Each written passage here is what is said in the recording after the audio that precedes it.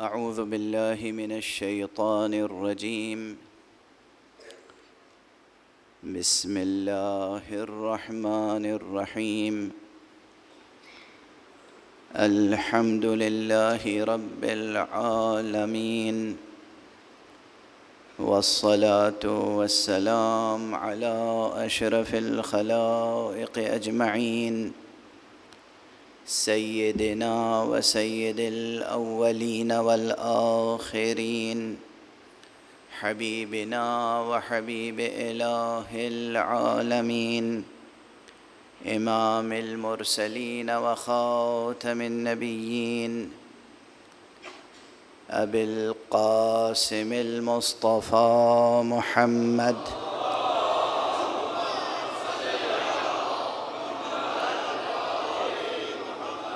وعلى أهل بيته الطيبين الطاهرين الهداة المهديين المعصومين المظلومين، واللعنة الدائمة على أعداء الحق والدين. أما بعد، فقد قال الله تعالى عز اسمه في محكم كتابه ومتقن خطابه: بسم الله الرحمن الرحيم. ولتكن منكم أمة يدعون إلى الخير ويأمرون بالمعروف وينهون عن المنكر، وأولئك هم المفلحون. صدق الله العلي العظيم.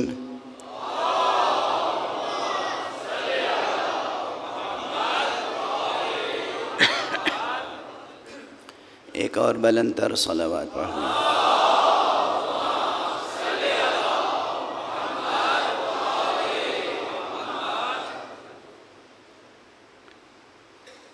قرآن حکیم کی یہ وہ آیت ہے کہ جو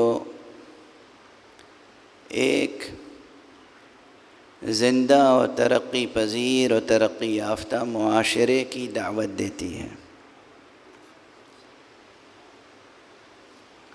یہ کوئی زندہ معاشرہ ہوتا ہے جو خیر کی طرف بلاتا ہے. یہ کوئی زندہ معاشرہ ہوتا ہے جو اچھائیوں کا حکم دیتا ہے. یہ کوئی زندہ معاشرہ ہوتا ہے جو برائیوں سے روکتا ہے. جن معاشروں میں یہ صفتیں نہیں ہوتی وہی معاشرے زوال پذیر، زوال آمادہ، بلکہ زوال کا شکار ہو جاتے ہیں اور قعر پستی میں پہنچ جاتے ہیں، جنہیں مردہ معاشرہ کہا جا سکتا ہے. کیونکہ زندگی، خود زندگی، یہ جو میں عرض کر رہا ہوں کہ وہ معاشرے زندہ ہوتے ہیں جو خیر کی طرف اور نیکی کی طرف بلائیں، جسے حیات کہتے ہیں نا. حیات، زندگی. زندگی کی فطرت اور زندگی کی خصوصیت یہ ہے کہ وہ اچھائی کو اختیار کرتی ہے، برائی کو رد کرتی ہے. آپ پورے عالم فطرت کو دیکھ لیجئے. اس عالم کائنات میں، اس عالم فطرت میں زمین کی خصوصیتیں دیکھیے، درختوں کی خصوصیتیں دیکھیے، حیوانات کی خصوصیتیں دیکھیے. آپ اپنے جسم کی خصوصیت دیکھیے. جو چیز جسم کے لیے مفید ہے وہ جسم جذب کرتا ہے. جو چیز اس جسم کے لیے مفید نہیں ہے وہ جسم دفع کرتا ہے. جب تک یہ زندہ ہے. اگر یہ جسم زندہ ہے تو اس میں یہ عمل ہوتا رہے گا. جو چیز جسم کے لیے مفید ہے وہ جسم قبول کرے گا، جذب کرے گا. جو چیز جسم کے لیے مفید نہیں ہے وہ جسم نہ قبول کرے گا نہ جذب کرے گا، دفع کرے گا. ایک صحت مند انسان دسترخوان پہ بیٹھا ہوا ہے، اگر وہ صحت مند ہے تو یقیناً اس کا دل اسی چیز کے لیے چاہے گا جس کی اس وقت اسے ضرورت ہے، اور جس چیز کی ضرورت نہیں ہے، جو چیز معلوم ہے کہ یہ اس وقت جسم میں جائے گی تو نقصان پہنچائے گی، طبیعت ہی نہیں گوارا کرے گی کہ وہ چیز تناول کرے۔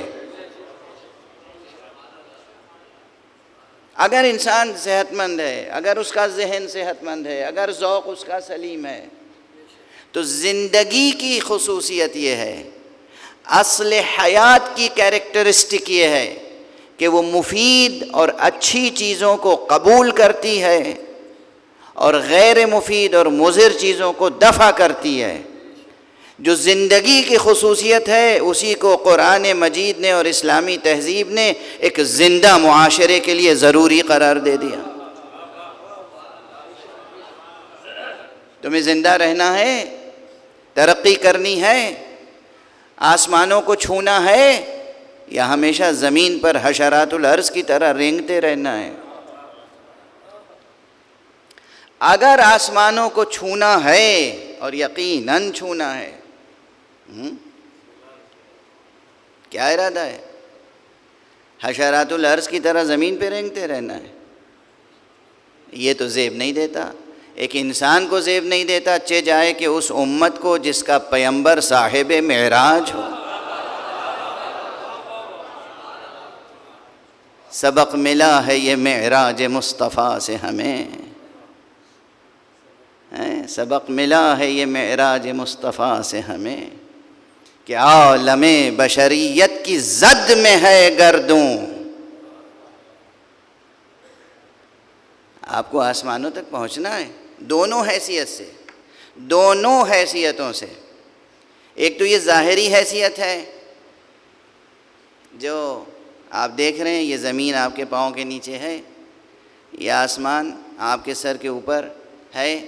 ایک تو یہ زمین و آسمان ہے، ایک عالم آپ کے اندر چھپا ہوا ہے۔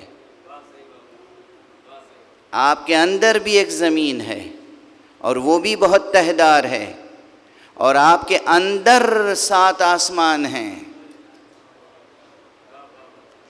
تو اندر کا جو آپ کا وجود ہے، اسے بھی زمین سے چسپاں نہیں رہنا ہے، آسمانوں تک بلند ہونا ہے۔ اور یہ تبھی ممکن ہوگا جب آپ امر بالمعروف اور نہی عن المنکر کی تحریک کو زندہ رکھیں گے، امر بالمعروف کے فریضے کو ادا کریں گے، نہی عن المنکر کے فریضے کو ادا کریں گے۔ یہ نہایت خوشگوار فریضہ ہے اگر اسے خوشگوار طریقے سے ادا کیا جائے، اگر اسے برضائے خدا ادا کیا جائے، علم کے اشتہار کے لیے نہیں، اپنے کو بزرگ تر ثابت کرنے کے لیے نہیں، خود کو دانا تر ثابت کرنے کے لیے نہیں، خود کو دوسروں سے بہتر ثابت کرنے کے لیے نہیں، برضائے خدا۔ کوشش تو یہ ہونی چاہیے ہر فرد کی کہ وہ دوسرے کو اپنے سے بہتر مقام پر دیکھے۔ میں کچھ عرض کر رہا ہوں، ایک مومن معاشرے اور ایک مسلم معاشرے کی خصوصیت یہ ہونی چاہیے، ایک مرد مسلم کی نفسیات یہ ہونی چاہیے، ایک مرد مومن کی خصوصیت یہ ہونی چاہیے کہ اس کے دل میں جذبہ یہ ہو کہ ہمارا برادر مومن ہم سے بہتر جگہ پر فائز ہو جائے۔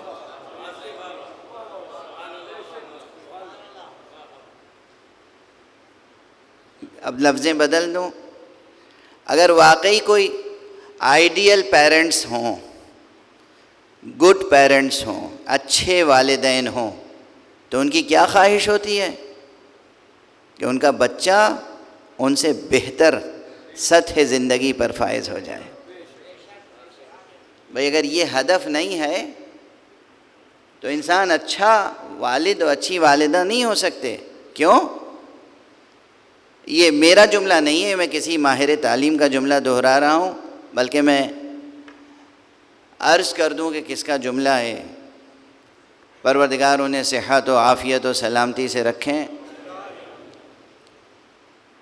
میرے بزرگوں میں سے ہیں، میرے شفیق بزرگ ہیں اور بہت اچھے رائٹر رہے ہیں. بچوں کا ادب تخلیق کیا انہوں نے، بچوں کے لیے بہت لکھا، بڑوں کے لیے بہت لکھا.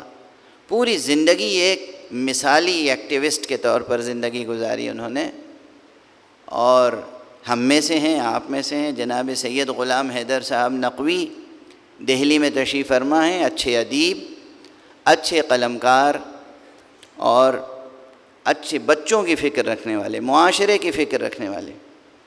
ایک مرتبہ گفتگو ہو رہی تھی تو انہوں نے کہا بھائی میں تو ایک انسان کی کامیابی کا معیار یہ رکھتا ہوں، ایک انسان کی کامیابی کا معیار یہ رکھتا ہوں کہ اس انسان نے جہاں سے جس سطح سے زندگی شروع کی ہے اس کے بچے اس سے بلندتر سطح سے زندگی شروع کریں.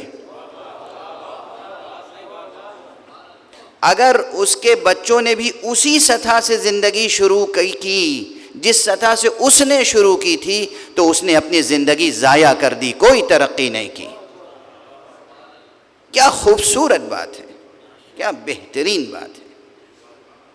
جس طریقے سے ہر والدین کے دل میں یہ جذبہ ہونا چاہیے، ہاں یہ ہوتی ہے بڑی شخصیت.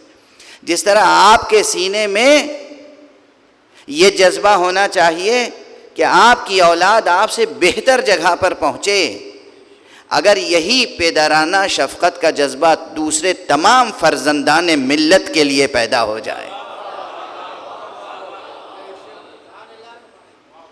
کہ جہاں ہم کھڑے ہیں ہماری امت کا دوسرا فرد ہم سے بہتر جگہ پہ کھڑا ہو جائے، یہ وہ مثالی کردار ہوگا کہ جس کا اجر پروردگار عالم کی طرف سے جو ملے گا آپ اس کا اندازہ نہیں کر سکتے، اندازہ نہیں کر سکتے. اور یہ کیسے ممکن ہوگا؟ اس جذبے کا اظہار کیسے ہوگا؟ دوسروں کے لیے بہتر سوچنا. دیکھیں بالکل نفسیات بدل جائے گی. ایک فرد کو اور ایک معاشرے کو جو گھن اندر سے لگتا ہے، اس گھن کا کیا نام ہے بتائیں گے کوئی مجھے؟ یہ لکڑی میں گھن لگ جاتا ہے، خدا نہ کرے کتاب میں دیمک لگ جاتی ہے. یہ جو کتاب میں دیمک لگتی ہے کتاب کو پاؤڈر بنا دیتی ہے.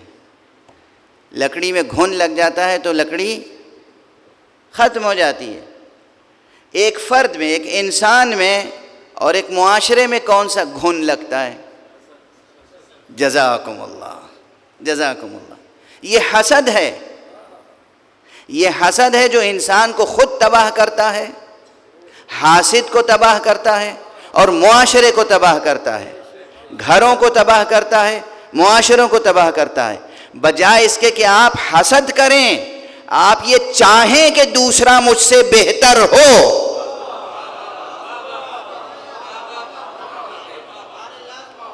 پھر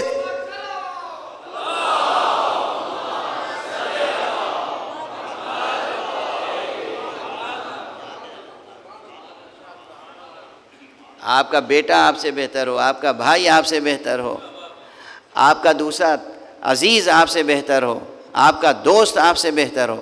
جب آپ دوسرے کے لیے بہتری چاہیں گے تو سوچئے کہ پروردگار آپ کے لیے کیا چاہے گا. صلوات پڑھ دیجئے محمد و آلہ.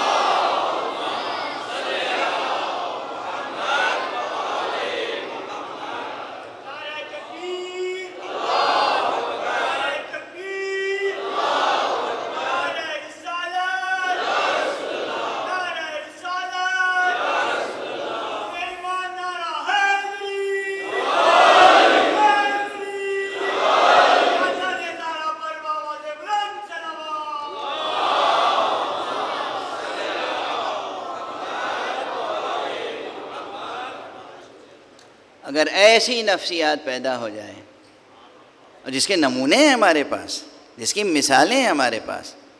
معصوم تو معصوم ہوتے ہیں. معصوم نے جو اپنے اصحاب تربیت کیے، جو اپنے اہل بیت تربیت کیے، اس میں یہ مثالیں ملتی ہیں. ابھی میں ان مثالوں کی طرف نہیں جاؤں گا لیکن کچھ مطالب اور عرض کروں گا کہ یہ جو تحریک ہے، یہ جو فریضہ ہے جسے کہتے ہیں امر بالمعروف اور نہی عن المنکر، یہ اہم ترین فرائض میں سے ہے، اہم ترین فرائض میں سے ہے۔ اور دیکھیے جب ہم اہم ترین کہتے ہیں کسی چیز کو تو یہ یاد رکھیے کہ ایسی چیزیں عموماً یہ نسبی اور اضافی ریلیٹیو ہوتی ہیں۔ ایک زاویہ نظر سے دیکھیں گے تو یہ چیز سب سے اہم ہے، دوسرے زاویے سے دیکھیں گے کوئی دوسری چیز سب سے زیادہ اہم نظر آئے گی، یہ ریلیٹیو ہوتی ہیں۔ تو اس کی ریلیٹیوٹی اپنی جگہ محفوظ، لیکن بہرحال یہ ان چند اہم ترین فرائض میں سے ہیں جو اللہ سبحانہ و تعالیٰ نے فرض قرار دیا ہے، واجب قرار دیا ہے۔ اللہ نے کوئی ایسی چیز واجب قرار نہیں دی ہے جس کی آپ کو ضرورت نہ ہو۔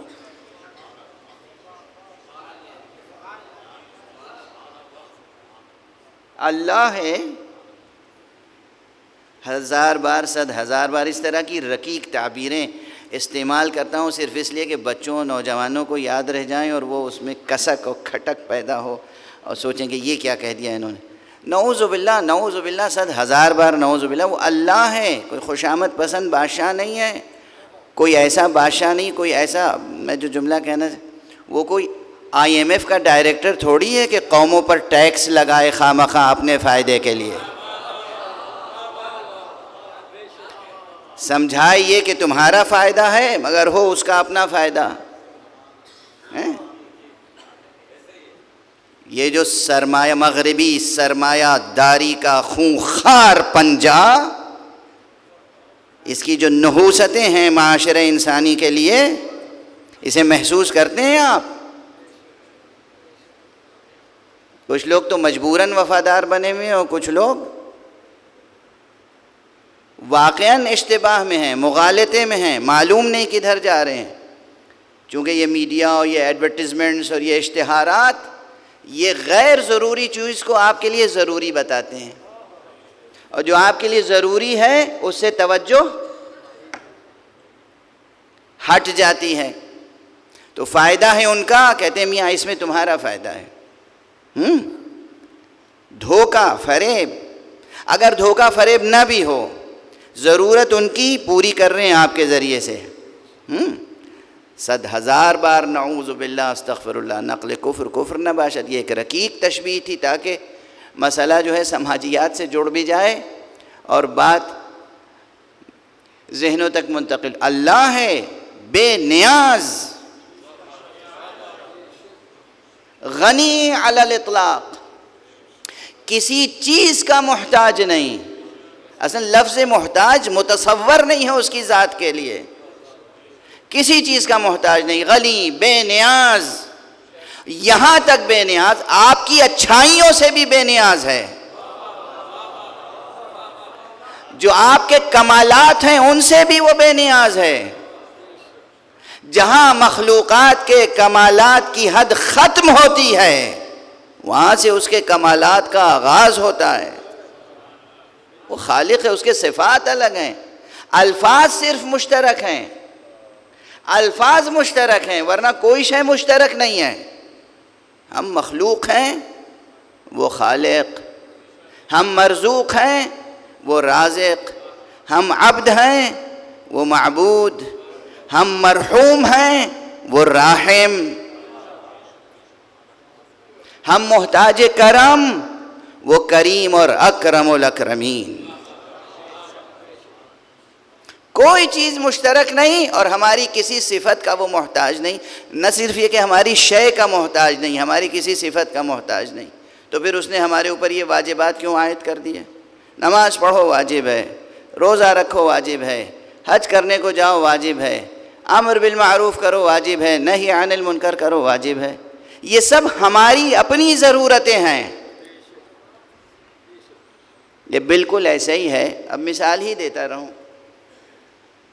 چھوٹا بچہ وہ جانتے ہی نہیں اس کے لیے کیا بہتر ہے کیا بہتر نہیں ہے، اور جب وہ اسکول جاتا ہے تو اسکول والے بہت سی چیزیں کہتے ہیں کہ یہ ضرور کر کے آنا ہو، یہ ضرور کر کے آنا ہو، یہ ضرور کر کے آنا ہو، ایسا لباس پہننا اور ایسی شرٹ پہننا اور ایسی پینٹ پہننا اور ایسی بیلٹ لگانا اور ایسا ایک ایک چیز۔ اور اسی طرح ماں باپ کی طرف سے الگ اس بچے کے اوپر تاکید ہوتی ہے، یہ کرو یہ نہ کرو۔ حالانکہ ماں باپ کو کچھ نہیں اس سے حاصل ہے. جو کرے گا اس سے بچے کی تربیت ہوگی، بچے کا فائدہ ہوگا، بچے کا مستقبل روشن ہوگا، بچے کی شخصیت مضبوط ہوگی. اب یہ مثال ادھوری ہے، کوئی مثال اللہ کی شان میں پوری نہیں اترتی مخلوقات کی، چونکہ اب وہ زمانہ گیا جب تعلیم جو تھی عبادت سمجھ کے دی جاتی تھی. اب تو تعلیم تجارت ہو گئی ہے. تو اب ہم نہیں کہہ سکتے کہ اسکول والوں کا کوئی فائدہ نہیں ہے اس لیے کہ وہ بڑی لمبی لمبی فیس لیتے ہیں.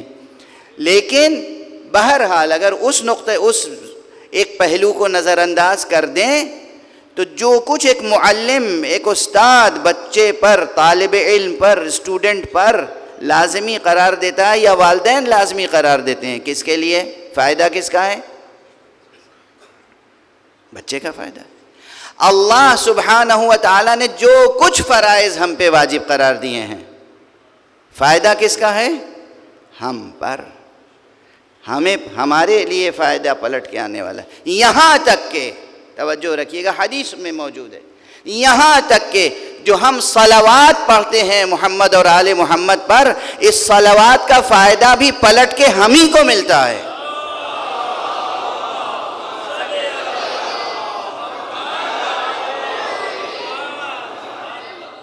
ورنہ ہم کیا، ہماری حیثیت کیا، ہماری زبان کیا، ہم خدا سے دعا کریں گے کہ یا اللہ مصطفیٰ اور اہل بیت مصطفیٰ پہ رحمت نازل کر.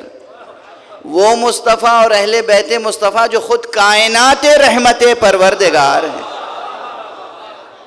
جو خود خلق عظیم پر فائز ہیں اور جو خود رحمت عالمین ہیں. وَمَا أَرْسَلْنَاكَ إِلَّا رَحْمَةً لِلْعَالَمِينَ، ہم نے آپ کو نہیں بھیجا مگر عالمین کے لیے رحمت بنا کر. جو خود کائنات رحمت پروردگار ہوں ان پر رحمت کی دعا ہم کریں گے. مگر کیوں یہ واجب ہے؟ واجب ہے، مستحب نہیں ہے. صرف اسے مستحب نہ سمجھیے گا، واجب ہے. واجب ہے، کم سے کم زندگی میں ایک بار کہنا تو واجب ہے ہی. سعادت مند ہیں وہ جو ہر روز کہیں، سعادت مند ہیں وہ جو ہر نماز میں کہیں. حدیث ہے، پوچھا گیا کہ حدیث صحیح. یوں تو صلوات کے بہت سے فائدے ہیں، مگر ایک فائدہ بیان کر کے آگے بڑھوں. اور یہ وہ حدیث ہے جسے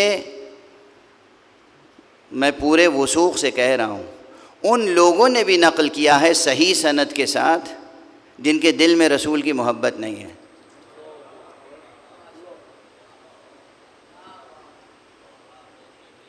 اس کے دلائل ہیں میرے پاس. ان لوگوں نے بھی نقل کیا ہے جو رسول پر صلوات بھیجنا نہیں چاہتے، گوارا نہیں ہے انہیں. ابھی 1400 برس گزر جانے کے بعد بھی اب بھی ایسے لوگ موجود ہیں. ہم تو نماز میں مکمل ہی نہیں ہوتی نماز جب کہ تشہد میں کم سے کم صلوات نہ پڑھیں، لیکن ایسے لوگ ہیں جو نماز کے تشہد میں صلوات نہیں پڑھتے. ابھی روئے زمین پر ایسا گروہ موجود ہے. میری خود ملاقات ہوئی، میری گفتگو ہوئی، سمجھے میرا مناظرہ ہوا ان سے کہ تشہد میں آپ حضور کا نام لیتے ہیں مگر صلوات نہیں پڑھتے. کہ ہاں ہم صلوات نہیں ضروری سمجھتے، ہم واجب نہیں سمجھتے نماز میں صلوات.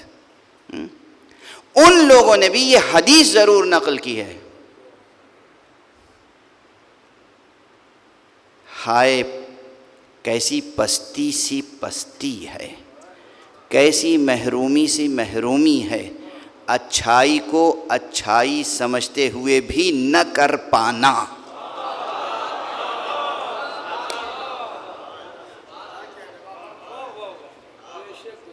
اچھائی کو اچھائی سمجھتے ہوئے بھی نہ کر پانا، یہ نفسیات نہ پیدا ہو گئی.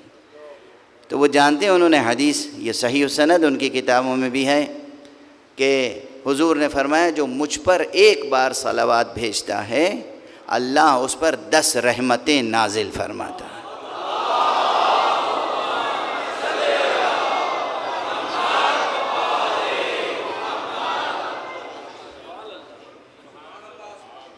واضح ہے.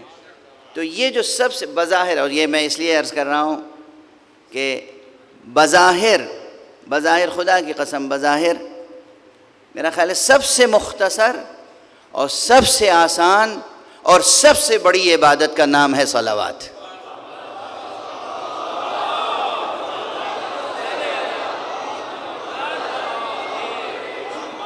سب سے مختصر، اس سے زیادہ مختصر نہیں ہو سکتی، اس سے زیادہ زبان پہ سبک اور آسان نہیں ہو سکتی اور کوئی شرط نہیں، وضو کر کے صلوات پڑھیے شرط نہیں ہے، یوں باوضو ہمیشہ رہیں بہت اچھی بات ہے، لیکن وضو نہیں ہے تب بھی آپ صلوات پڑھ سکتے ہیں۔ بلکہ ایک شگفتہ سی روایت ہے، اجازت ہو تو پڑھ دوں آپ کے ساتھ، ایک صلوات پڑھیے محمد۔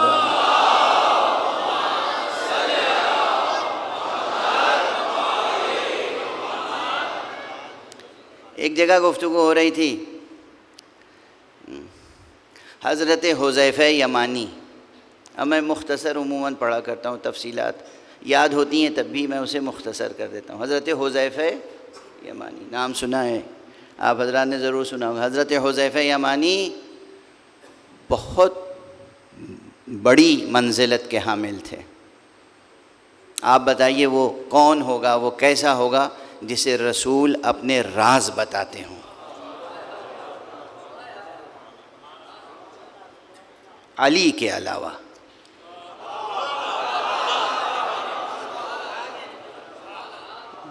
مولا علی کی بات تو بالکل الگ ہے۔ مولا علی علیہ السلام تو جان رسول تھے، نفس رسول تھے، جانشین رسول تھے، وصی رسول تھے۔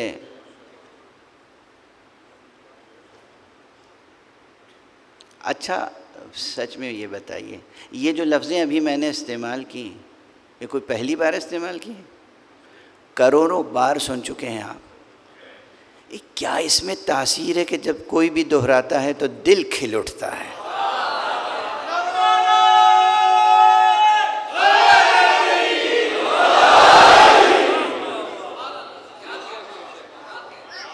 علی جان رسول تھے، علی نفس، کتنی بار سنا ہے آپ نے، شاعروں سے، ذاکروں سے، عالموں سے، خود آپ نے نہ جانے بار کتنی بار دہرایا ہوگا۔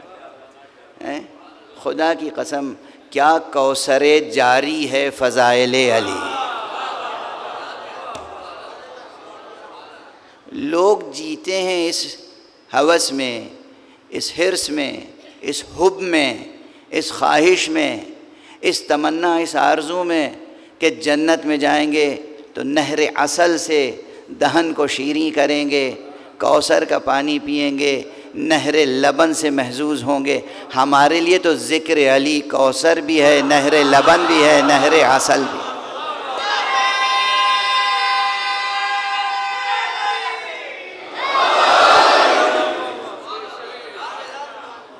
یہی ہمارے لیے نہر لبن ہے، یہی ہمارے لیے نہر عسل ہے، یہی ہمارے لیے کوثر ہے، یہی ہمارے لیے آب حیات ہے۔ تو مولا علی کی تو بات ہی الگ ہے۔ مولا علی کے علاوہ جن چند افراد کو یہ شرف حاصل تھا کہ حضور کے تھوڑے سے راز حضور نے انہیں بتائے تھے، ان میں سے ایک جناب حذیفہ یمانی تھے، حضور کے وفادار، مولا علی کے وفادار۔ تو جناب حذیفہ یمانی بیٹھے ہوئے تھے، ایک دربار سجا ہوا تھا۔ انہوں نے جو دربار کے راس و رئیس تھے انہوں نے پوچھا، حذیفہ کیسے ہو؟ کیف اصبحت یا حذیفہ، حذیفہ کیسے ہو، کیسے سویرا کیا، کیسے صبح کی؟ یہ عربی کا ایک محاورہ ہے اپنے انداز کا۔ کیا بتاؤں میری حالت کیا ہے، کیا بتاؤں کہ میری حالت کیا ہے؟ میں حق سے کراہت کرتا ہوں اور بغیر وضو کے صلاۃ ادا کرتا ہوں، میں وہ رکھتا ہوں جو خدا نہیں رکھتا۔ ایسے ہی دو تین جملے وہ کہتے گئے۔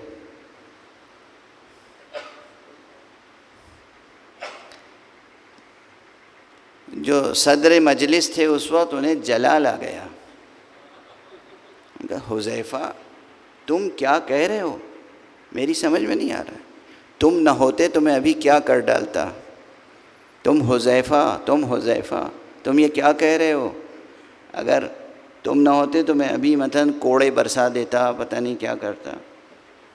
ایک دربار میں وہ خاموش بیٹھے ہوئے حذیفہ. اتنے میں جناب مولا کائنات امیر المومنین علی ابن ابی طالب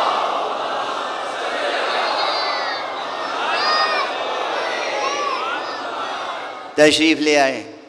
کہا کیا ہوا بھائی، کیا بات ہو رہی ہے؟ کہا یا ابا الحسن ذرا دیکھیے حذیفہ کو، کفر بک رہے ہیں. کہا کیا ہو گیا؟ کہا یہ کہہ رہے ہیں مجھے حق سے کراہت ہے، حق سے مجھے کراہت ہے. صلاۃ ادا کرتا ہوں بغیر وضو کے، میں وہ رکھتا ہوں جو خدا نہیں رکھتا. کہا اس میں غلط کیا کہہ رہے ہیں؟ موت حق ہے اور کون موت سے کراہت نہیں کرتا؟ اور یہ جو نبی پر درود بھیجتے ہیں یہ صلاۃ ہے اور بغیر وضو کے صلاۃ ہو جاتی ہے. اور بھائی حذیفہ ماشاءاللہ بیوی بھی رکھتے ہیں، بچے بھی رکھتے ہیں. خدا نہ بیوی رکھتا ہے نہ بچے رکھتا ہے، مشکل کیا ہے تمہیں؟ کہا یا ابا الحسن آپ نہ ہوتے تو میں تو ہلاک ہو جاتا. صلوات پڑھ دیجئے محمد.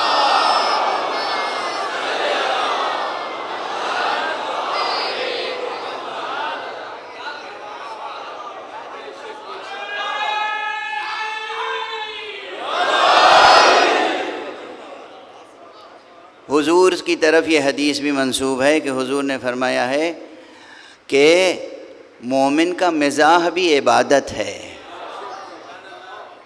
لیکن ظاہر ہے کہ اس کا نتیجہ یہ نکلا کہ ایک مومن کی صفت یہ بھی ہونی چاہیے کہ اس کے اندر مزاح کا ذوق پایا جائے.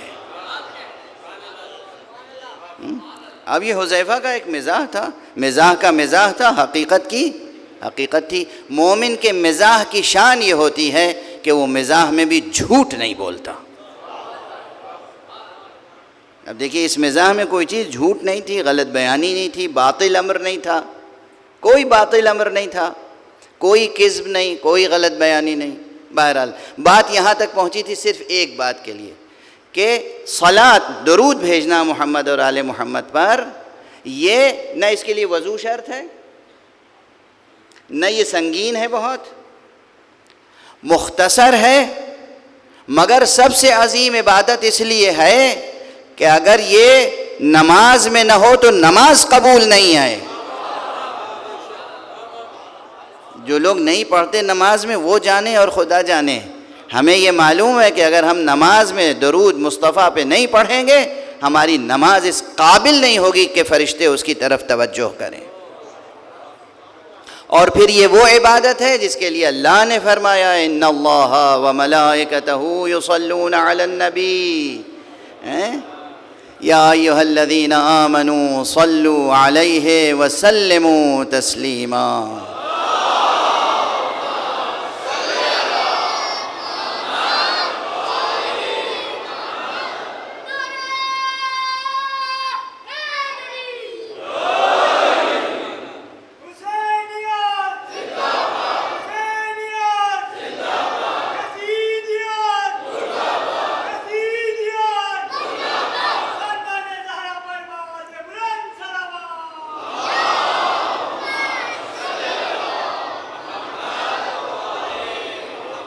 اب آپ ذرا غور فرمائیے گا، بات تو یہاں تک پہنچی تھی اس لیے کہ میں یہ عرض کر رہا تھا کہ کوئی بھی فریضہ جو ہم پر عائد کیا گیا اس میں اللہ کا کوئی فائدہ نہیں ہے، سب ہمارے فائدے کے لیے. درود بھیجنے کے لیے بھی جو اللہ نے فرمایا تو کس لیے؟ تاکہ یہ ایک بہانہ بنے تاکہ وہ ہم پر اپنی رحمتوں کی بارش کرے. اس کو ایک جملے سے اپنے اصلی موضوع سے اور مربوط تر کر دوں، اگرچہ مربوط ہے پہلے ہی سے. کل میں نے عرض کیا تھا کہ امر بالمعروف اور نہی عن المنکر کے کچھ آداب ہوتے ہیں، اور اس میں سب سے اہم ادب یہ ہے، امر بالمعروف کی سب سے بڑی ایتھکس یہ ہے، سب سے بڑی ویلیو یہ ہے کہ جو آپ دوسرے کو حکم دیں اس پہ خود عمل کریں. آپ دیکھیے کہ خود پروردگار نے اس آیت کریمہ میں اس کی مثال قائم کی۔ صلوات مصطفیٰ صلی اللہ علیہ وآلہ وسلم پر بھیجنا ایک معروف ہے، یہ بھی کیا ہے؟ ایک معروف ہے۔ تو اللہ نے اس مقام پر امر بالمعروف کی خود ایک مثال قائم کی۔ جتنے دوسرے اوامر ہیں ہر جگہ کا، تم نماز پڑھو، تم زکوٰۃ دو، تم روزہ رکھو، تم حج کرو، تمام احکام یہ تم کرو تم کرو تم کرو، یہ ایسا معروف تھا اور اتنی بڑی عبادت تھی، اتنی بڑی، اسی لیے میں نے کہا مختصر ہے اور سب سے بڑی، مختصر ہے اور سب سے عظیم، اس لیے کہ تنہا یہ ایک عبادت ایسی ہے، تنہا یہ ایک فریضہ ایسا ہے جسے ہم پر واجب کرنے سے پہلے یہ کہا دیکھو میں یہ کرتا ہوں، میرے خاص فرشتے یہ کرتے ہیں، تم بھی یہ کیا کرو۔ ایک صلوات پڑھ دیجئے محمد وعلی۔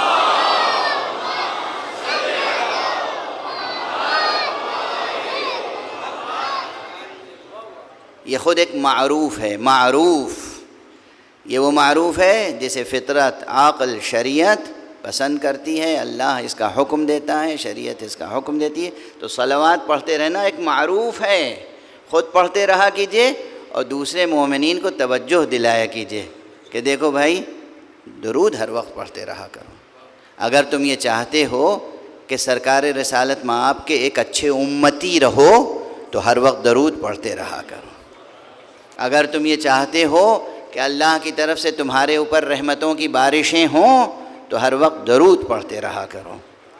پھر دیکھیے اگر وہ معاشرہ پیدا ہو جائے تو پھر کیسی رونق ہوگی آپ کی زندگیوں میں، کیا نورانیت ہوگی، کیا بلندی ہوگی، کیا شفافیت ہوگی۔ آپ اس زمین پر اپنے قدموں میں کوثر اور نہر لبن اور نہر عسل جاری دیکھیں۔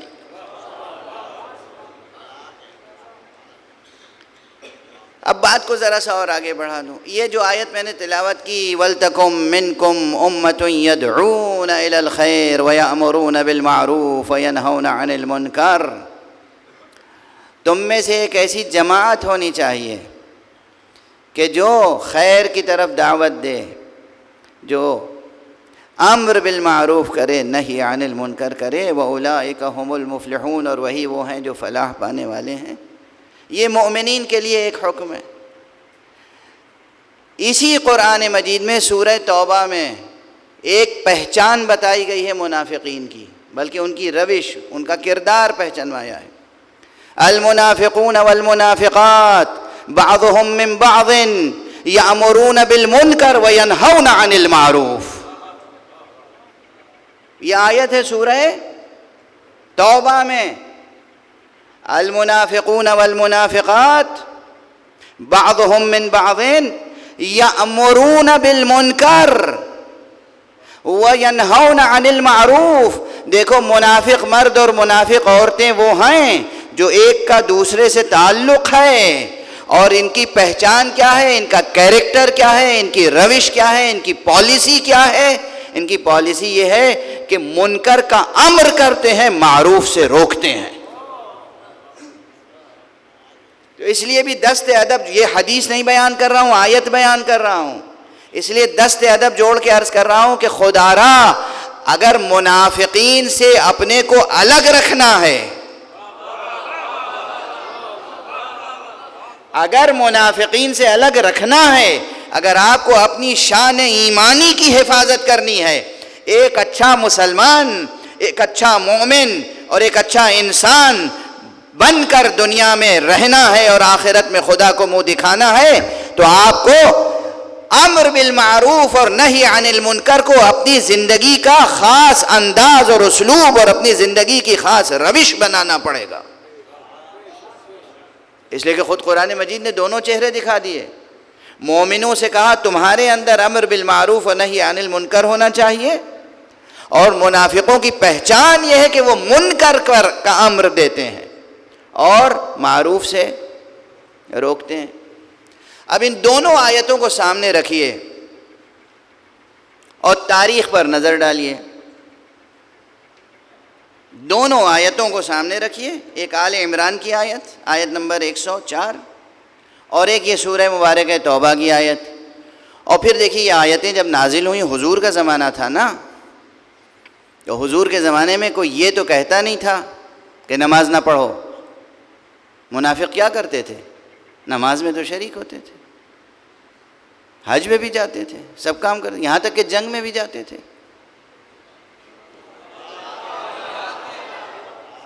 جنگوں میں بھی جاتے تھے. اب یہ میرا کئی بار کا کہا ہوا جملہ ہے، لیکن چونکہ خراج عقیدت ہے مولا عباس کو، تو پھر دہرا دیتا ہوں کہ یہ علم جو ہے نا، یہ دست مبارک علی میں تھا. تب بھی اس علم کے نیچے مومن بھی ہوتے تھے، منافق بھی.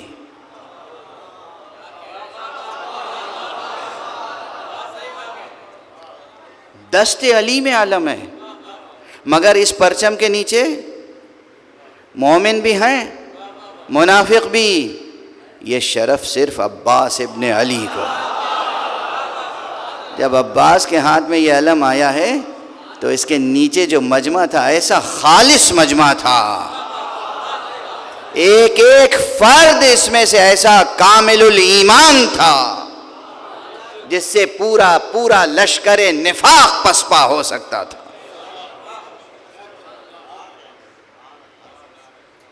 بہرحال تو جو منافقین تھے رسول کے عہد میں، یہ کیا کرتے تھے؟ نماز بھی پڑھتے تھے، حج پہ بھی جاتے تھے، جہاد کے میدان میں بھی پہنچ جاتے تھے.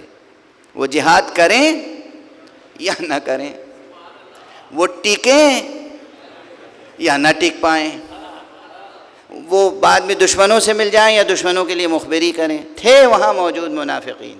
تاریخ ہے، زندہ تاریخ.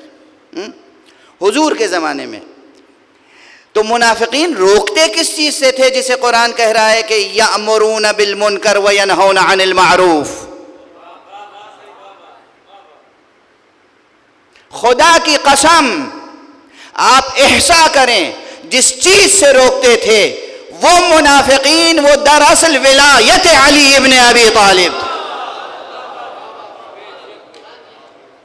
اس لیے سب سے بڑا معروف تو ہے امر ولایت و امر امامت کی طرف بلانا. ہر نیکی کی طرف بلانا امر بالمعروف ہے، ہر برائی سے روکنا نہی عن المنکر ہے. لیکن امام کی وفاداری کے لیے بلانا سب سے بڑا معروف ہے، امام سے بغاوت سے روکنا سب سے بڑا نہی عن المنکر ہے.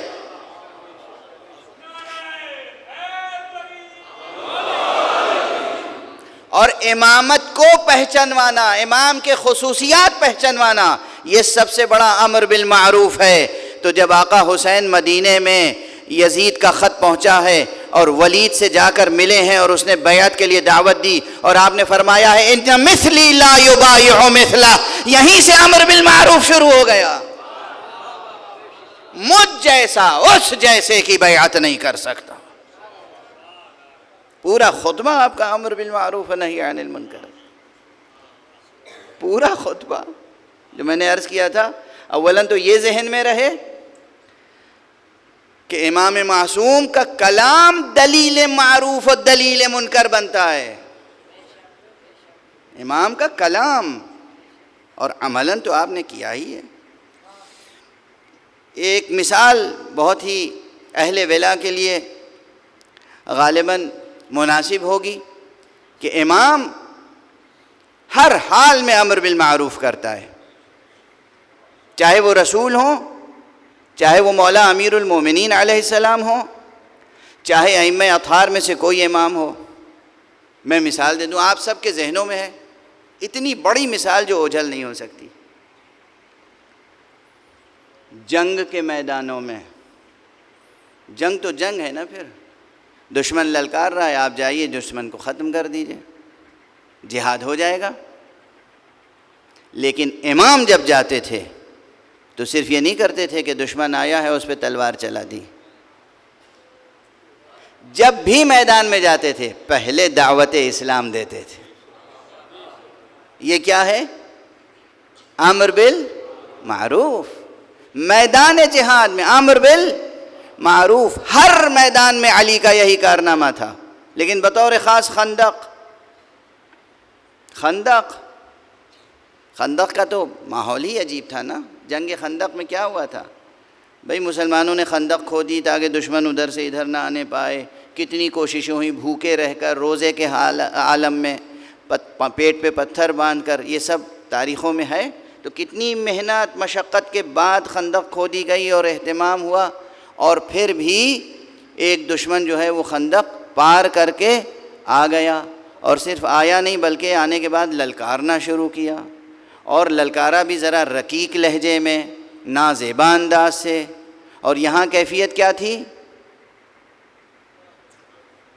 فرزندان توحید، عاشقان رسول، سب کی کیفیت کیا تھی؟ کیا خوف طاری تھا. تاریخ میں ہے، جو تاریخ میں ہے پڑھ کے آگے بڑھ جاتا ہوں. ایسی خاموشی تھی کہ جیسے سروں پر پرند بیٹھے ہوئے ہوں، طائر بیٹھے ہوئے ہوں.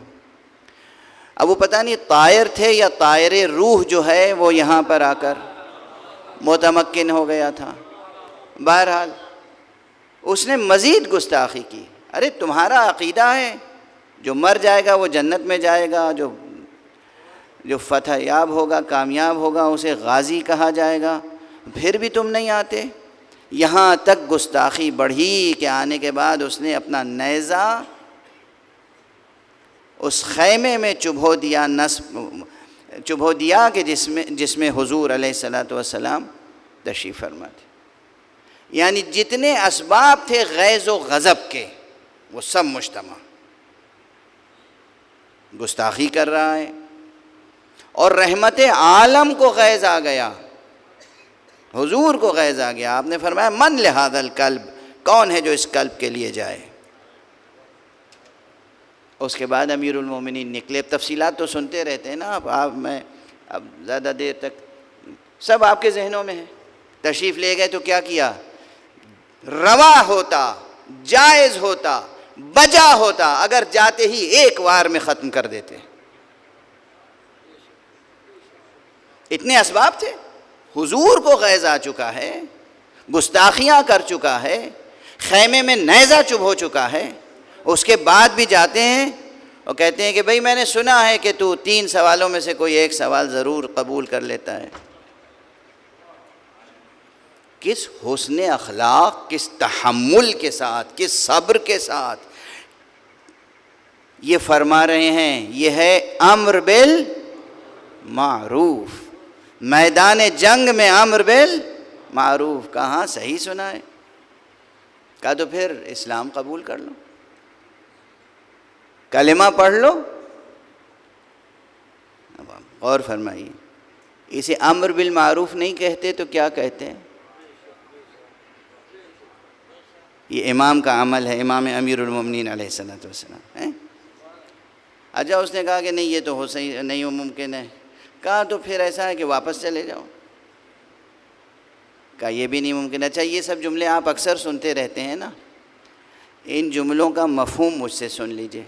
میرا خیال ہے 20-25 برس پہلے نجم الحسن جعفری صاحب کے عزا خانے میں یہ جملے کہہ چکا ہوں. اپنے ہی جملے دہرا رہا ہوں. اس کی اجازت تو ہے نا؟ اس کے معنی سمجھیے کہ مولا علی کہہ کیا رہے ہیں. وہ آیا ہے قتل کرنے کے لیے، جو قتل کرنے کے لیے آیا ہے، جو موت لے کے آیا ہے، موت کا پیغام لے کے آیا ہے. مولا امیر المومنین کہہ رہے ہیں کہ تو اسلام لے آ. یعنی گویا اس کو دونوں جہان کی زندگی عطا کر رہے ہیں. اسلام لائے گا تو یہاں علی کی تلوار سے بچ جائے گا اور وہاں بلند ترین زندگی پائے گا. اچھا اس نے یہ رد کر دیا. اس کے بعد پھر آپ نے کہا اچھا دونوں جہان کی زندگی دے رہا ہوں، اگر دونوں جہان کی زندگی نہیں لیتا تو کم سے کم اس دنیا کی زندگی تو لے لے. وہ موت کے لیے آیا ہے، یہ زندگی بانٹ رہے ہیں. یہ ہیں ائمہ اطہار، یہ ہیں ائمہ اہل بیت، یہ ہیں ابو الحسن، یہ ہیں ابو تراب، یہ ہیں علی ابن ابی طالب امیر المومنین.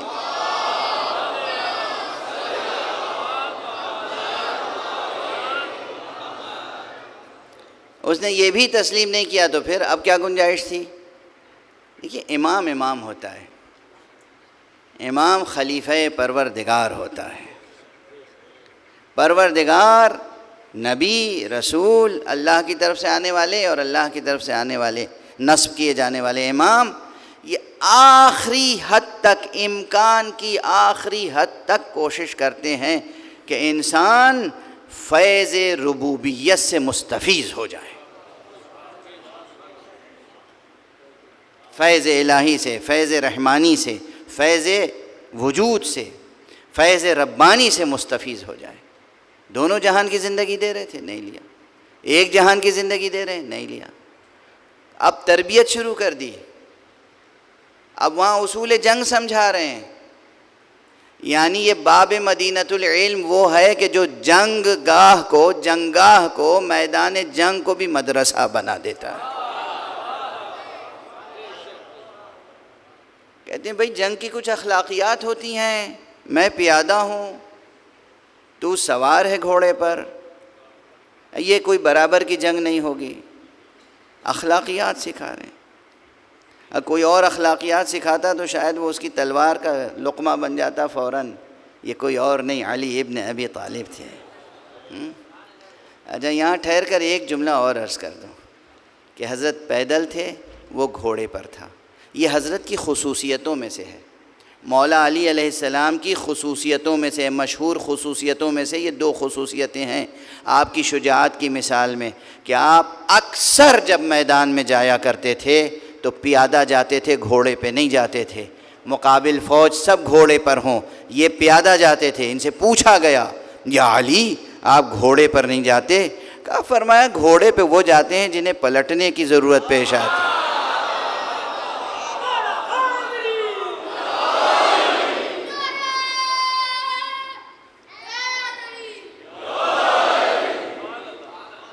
تو میدان خندق میں بھی یہی تھا، آپ پیادہ تشریف لے گئے تھے، تلوار اٹھائی چلے گئے، اب وہ گھوڑے پر ہے۔ دوسری خصوصیت بھی تھی حضرت کی، آپ کی جو زرہ تھی، زرہ دیکھی ہے آپ نے؟ جو بچے ہیں انہوں نے نہیں دیکھی ہوگی تو میوزیمز میں لے جا کے دکھا دیجیے گا زرہ کیا ہوتی ہے۔ پرانے زمانے میں جو زرہ ہوتی تھی، خود زرہ سر سے پیر تک لوہے کا لباس پہن کے جاتے تھے لوگ تاکہ تلوار اثر نہ کرے، سر سے پیر تک، قدموں تک، پنجوں تک۔ مولا علی کیسے جاتے تھے؟ صرف سینے پر ایک لوہے کا ٹکڑا ہوتا تھا زرہ کے طور پر، پشت پہ کچھ بھی نہیں۔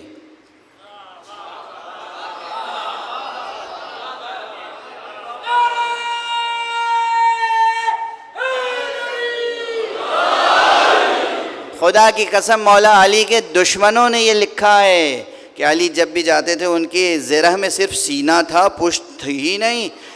پوچھا گیا یا علی یہ کیسی زرہ ہے؟ کہا خدا وہ دن نہ لائے کہ جس دن مجھے دشمن سے پیٹھ بچانی پڑے۔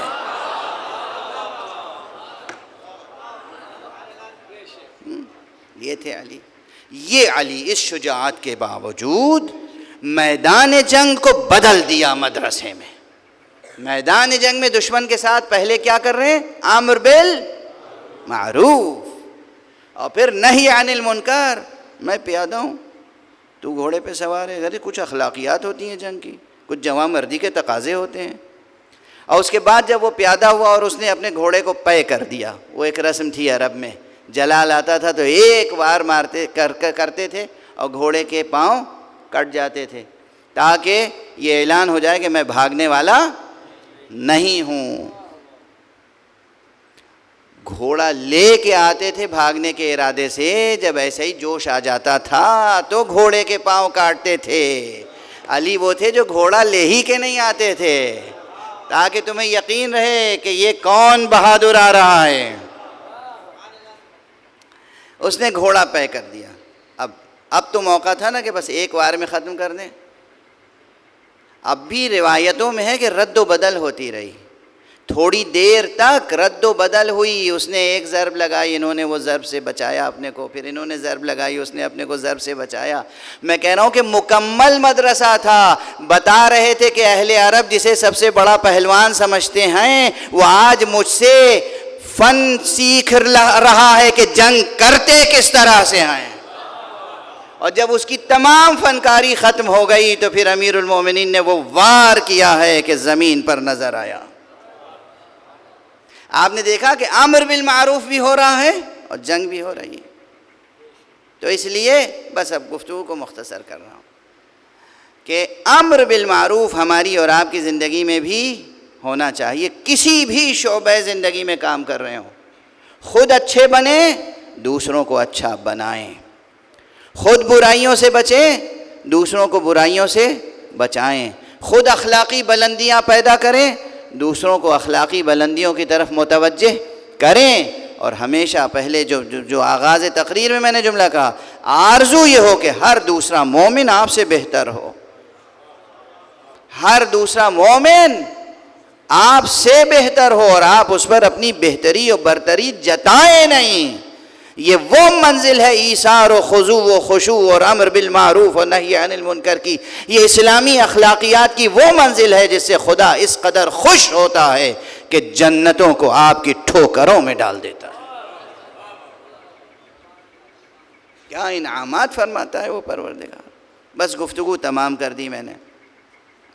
جس طرح امیر المؤمنین میدان جنگ میں امر بالمعروف کر رہے تھے، اسی طرح آقا حسین، تاریخوں میں لکھا نہیں ہے، کوئی ضعیف روایت ہے، کربلا پہنچ گئے، کربلا پہنچنے کے بعد بھی بار بار عمر سعد کو بلایا، غور تو کر لے تو کیا کر رہا ہے، تو مجھے پہچانتا نہیں ہے، مگر تو میرے جد کا کلمہ نہیں پڑھتا، تجھے جنت پہ یقین نہیں ہے۔ ایک دو مرتبہ نہیں، متعدد بار آپ نے کم سے کم صحیح ترین روایتوں کو جمع کیا جائے، ضعیف روایتوں کو چھوڑ کم سے کم 3 مرتبہ، اتمام حجت کے لیے 3 مرتبہ بہت کافی ہوتا ہے۔ 3 مرتبہ عمر ابن سعد کو یعنی سردار لشکر یزیدی کو بلا کر سمجھایا، یہ امر بالمعروف نہیں ہے۔ اس کے بعد جب آپ نے پورے فوجیوں سے، پورے لشکر باطل سے خطاب کیا ہے تو ان کو سمجھایا اور تفصیل سے دلائل کے ساتھ، مجھے پہچانتے نہیں ہو میں کون ہوں؟ کیا میں تمہارے رسول کا نواسہ نہیں ہوں؟ کیا روئے زمین پر میرے علاوہ کوئی اور بھی نواسہ رسول ہے اس وقت؟ کیا تم نے رسول کی یہ حدیث نہیں سنی ہے کہ رسول نے فرمایا الحسن والحسین سیدہ شباب اہل الجنہ؟ کیا تم نے رسول کی یہ حدیث نہیں سنی کہ حضور نے فرمایا حسین منی وانا من حسین؟ ارے اگر تم نے یہ حدیثیں نہ سنی ہو تو ابھی اصحاب پیغمبر موجود ہیں، اور چند اصحاب پیغمبر کے نام لیے کہا جاؤ جا کے جابر ابن عبداللہ انصاری سے پوچھ لو، جاؤ سہل ساعدی سے پوچھ لو، جاؤ جو صحابہ موجود ہیں ان سے پوچھو، متعدد نام گنائے۔ یہ کس لیے؟ حسین کو تو روز اول سے معلوم ہے کہ گلا کٹے گا، شہید ہوں گے۔ آقا حسین کو روز اول سے معلوم ہے کہ شہید ہونا ہے، مگر جو شہید کرنے والے ہیں آخری لمحے تک امر بالمعروف جاری رہا۔ اس سے بڑا مثالی کردار امر بالمعروف کا کیا ہو سکتا ہے؟ افراد کو امر بالمعروف، پورے لشکر کو امر بالمعروف، لشکر کے سردار کو امر بالمعروف۔ یہ ہے حسین، یہ ہے حسین۔ بس اگر معال مجلس کے لیے آپ گریے کے لیے تیار ہیں تو ایک واقعہ اور سن لیجئے، امر بالمعروف، امر بالمعروف و ایثار۔ مجھے اندازہ ہے شام کے مصائب پڑھے جاتے ہیں آج کل، لیکن آقا حسین کی بات ہے۔ یہ واقعہ چونکہ لوگ زیادہ نہیں پڑھتے اس لیے میں اسے مکرر پڑھ رہا ہوں کہ یہ آقا حسین ہے، اور وہ وقت ہے جب آقا حسین زمین کربلا پر آ چکے ہیں۔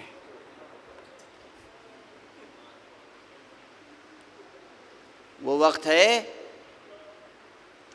جب زین سے زمین پر آ چکے، آپ کا عمامہ لہو سے تر ہے، پیشانی زخمی ہے، چہرے پر اصغر کا لہو ہے، آپ کی عبا، آپ کی قبا، آپ کا پیرہن اکبر اور قاسم کے لہو سے تر ہے۔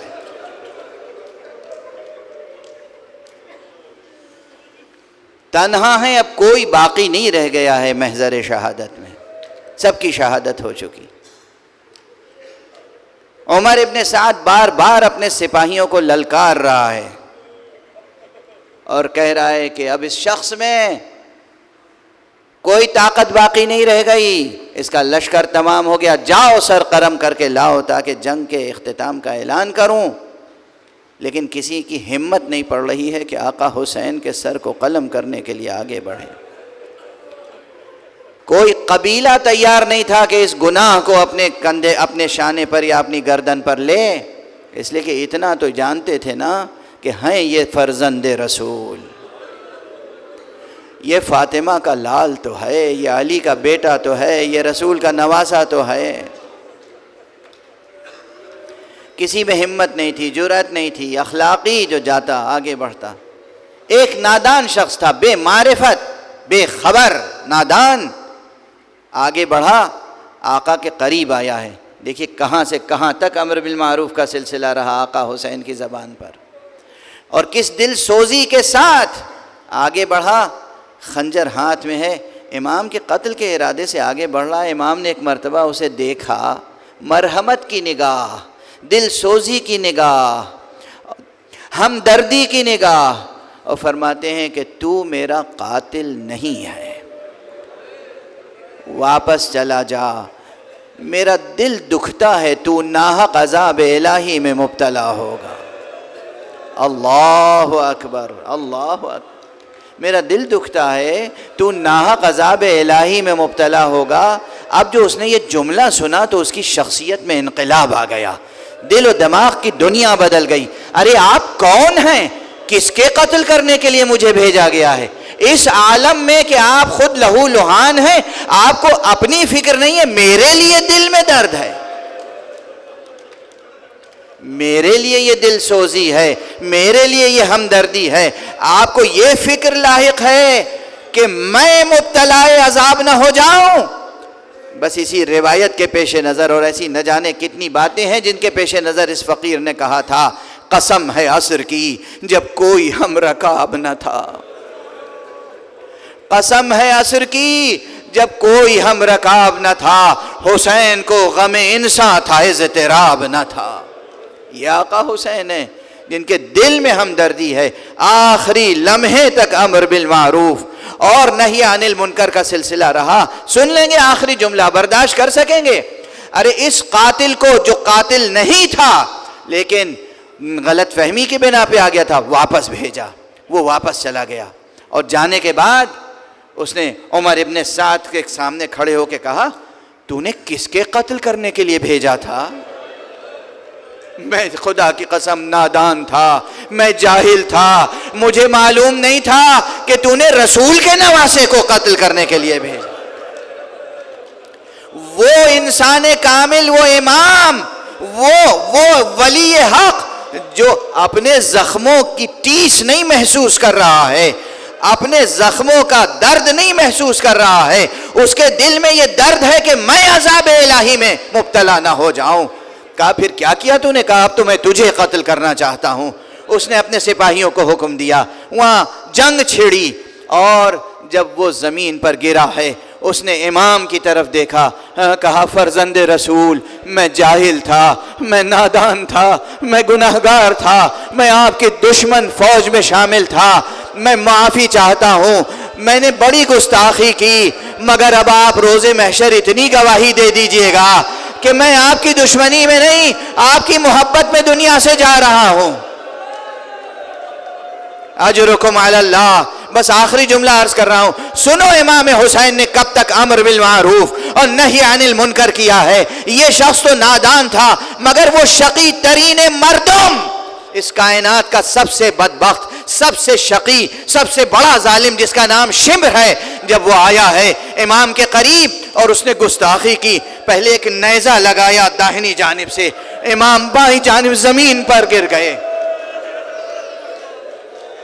پھر اس نے گستاخی کی، کس زبان سے کہوں، کس زبان سے کہوں، اس نے امام کے سینے سے گستاخی کی، سینے پہ قدم رکھا، امام ہے، قاتل کے ہاتھ میں خنجر ہے، مگر فرماتے ہیں ارتقیت واللہ مرتقا عظیما،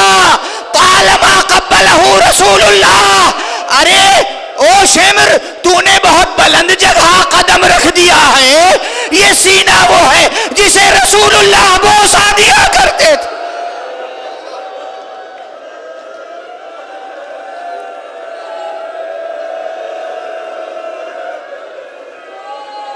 آپ کا یہ فرمانا ذرا سوچنا، دلوں پہ ہاتھ رکھ کے سوچنا، دلوں پہ ہاتھ رکھ کے سوچنا۔ فرما رہے ارتقیت واللہ مرتقا عظیما، تو نے بہت بلند جگہ قدم رکھ دیا ہے۔ یہ امر بالمعروف بھی ہے، نہی عن المنکر بھی ہے۔ پھر فرمانا طالما قبلہ رسول اللہ، ارے اسے رسول بوسہ دیا کرتے تھے۔ انا للہ و انا الیہ راجعون، رضا بقضائہ و تسلیما لامرہ۔ ہمارا سلام آقا حسین پر، صلی اللہ علیہ یا ابا عبداللہ، صلی اللہ علیہ یا ابن رسول اللہ۔ پروردگار معبود، ہماری اس مختصر سی مجلس عزا، اس عبادت عزا کو قبول فرما۔ پروردگار ہمارے سینوں میں چراغ توحید روشن رہے۔ پروردگار معبود ہمارے ہاتھوں میں ہمیشہ دامان ختم نبوت رہے۔ پروردگار ہمارے قدم ہمیشہ صراط مستقیم ولایت پہ گامزن رہیں۔ معبود ہماری ملت میں، ہماری امت میں تہذیب امر بالمعروف و نہی عن المنکر کو پروان چڑھا دے۔ پروردگار ہمارے سینوں میں کشادگی عطا فرما، ہمارے دلوں اور ذہنوں کو نورانی بنا دے۔ معبود ہمارے جوانوں کی ہمتیں اور حوصلے بلند سے بلند تر ہوں۔ پروردگار یہ دنیا میں خیر کا علم و پرچم لے کر ہر جگہ اسلام اور ایمان اور تیرے دین رحمت کو پھیلائیں۔ پروردگار معبود ہمارے سروں پر علماء اعلام، مراجع کرام اور ہمارے سروں پر رہبر معظم انقلاب کا سایہ برقرار رہے۔ پروردگار جہاں جہاں مسلمان آباد ہیں، مسلمانوں کو امن و عافیت کی سوغات عطا فرما۔ پروردگار اس پورے عالم انسانی کو امن اور عافیت کا ہدیہ عطا فرما، اور اپنے ولی آخر کو اذن ظہور عطا فرما۔